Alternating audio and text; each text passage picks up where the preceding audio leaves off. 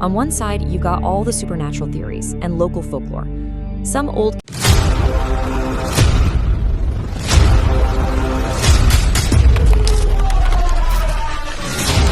Why would a dog jump from a bridge?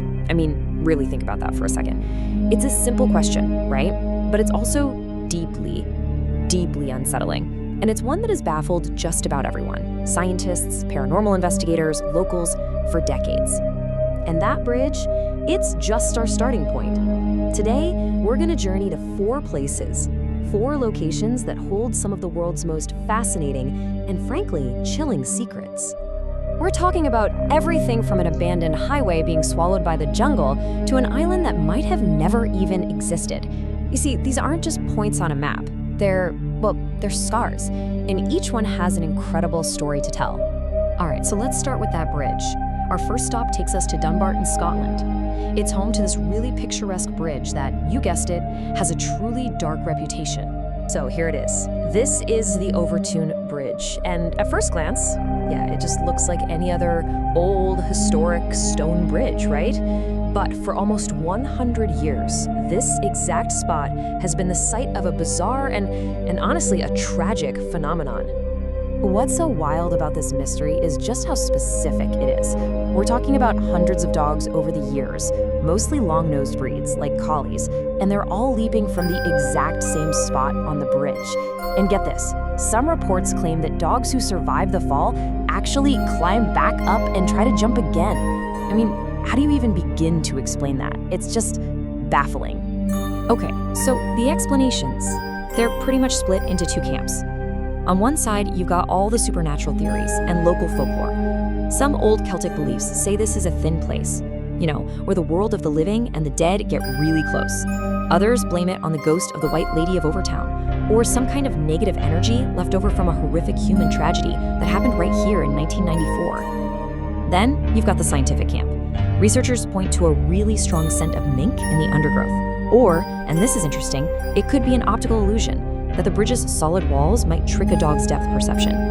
But here's the kicker. So far, not a single one of these theories has been proven. So, you have a mystery with no clear answer. But what if the mystery isn't something supernatural at all? What if it's a secret that someone hid right on a map? We're going to leave the purely unexplained for a bit and head towards something that might be even stranger. A place that was maybe deliberately hidden, or maybe never even existed at all. For our second mystery, we're heading to the Gulf of Mexico. We're going on the hunt for a phantom island, an island that once held the key to a staggering amount of oil wealth. You see, for centuries, Bermeja Island was a fact. It was right there on the maps, documented by Spanish explorers. No one questioned it. Then, fast forward to the late 90s, Mexico and the US are in a dispute over oil-rich waters, and this island suddenly becomes super important for Mexico's claim. The problem? Well, when the Mexican Navy actually went to look for it, it was just gone, vanished, poof. A final super high-tech search in 2009 sealed the deal. There was nothing there, just empty ocean floor. So what happened?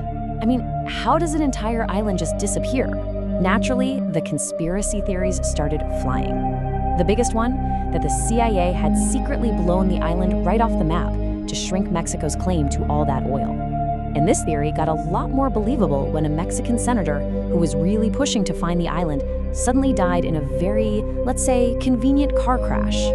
But hold on, there's another just as fascinating theory. This quote from the head of Mexico's Society of Geography suggests a totally different kind of deception. What if the island was never there? Think about it.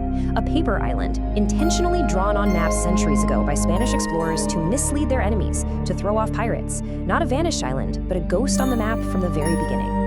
All right, let's switch gears. For our third story, we're going deep into the Brazilian rainforest.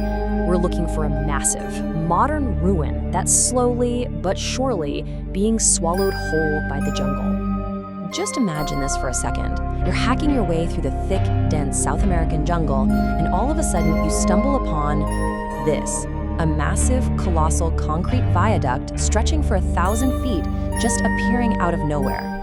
It looks like something out of a Lost World movie, right? But its story is very, very real and surprisingly modern. See, this wasn't some ancient lost city. It was a monument to a collapsed dream. For 16 long years, workers toiled to build this thing. It was supposed to be a crucial link in a huge national highway. But right as it was getting close to being finished, Brazil's economy completely crashed. The money just dried up. So the government rerouted the highway, and this massive, almost finished structure was simply abandoned, left behind to become a concrete ghost for the jungle to reclaim. Our final story. This one is a tale of a spectacular rise and an absolutely catastrophic fall. It's the story of a modern-day Atlantis, right in the heart of Argentina. This, or what's left of it, was once Villa Epiquén. It was this bustling, glamorous tourist town built right on the shore of a salt lake that was famous for its healing, therapeutic waters. I mean, this was the place to be. It was Argentina's top spa resort, a playground for the rich and famous. And the town thrived for decades, but its fate was completely tied to the very same lake that made it famous. Then, on November 10th, 1985, everything changed. A freak weather event caused the lake to surge. A retaining dam broke, and the town just started to disappear. Within a matter of days, the entire resort, all the hotels, the homes, the streets, was gone, submerged under 30 feet of thick, corrosive salt water. And for 25 years, a full quarter of a century, Villa Epiquén was just gone, wiped off the map completely, hidden beneath the waves, an entire community just lost to the water. Then, in 2009, the waters started to recede. The ghost town began to reemerge. But of the 1,500 people who had been forced to flee all those years ago, only one, just one person, chose to come back. His name was Pablo Novak. In 2009, at 81 years old, he came back. He returned to live all alone, right there among the skeletal, salt-encrusted ruins of his old home. He became the town's guardian, its memory keeper, its last and only citizen, and he lived there, telling its story until he passed away in 2024. So, we've been to a haunted bridge, a phantom island, a jungle ruin, and a sunken city. After journeying through these 4 incredible places, you have to ask, what connects them all? What do these scars on the map really tell us? I think they show us that the word mystery can mean a lot of different things. Sometimes it's a haunting, unanswerable question, like at Overtoun Bridge. Sometimes it's a secret hidden in a government file, or just a lie on an old map, like Bermeja Island. It can be a forgotten dream left to rot in the jungle.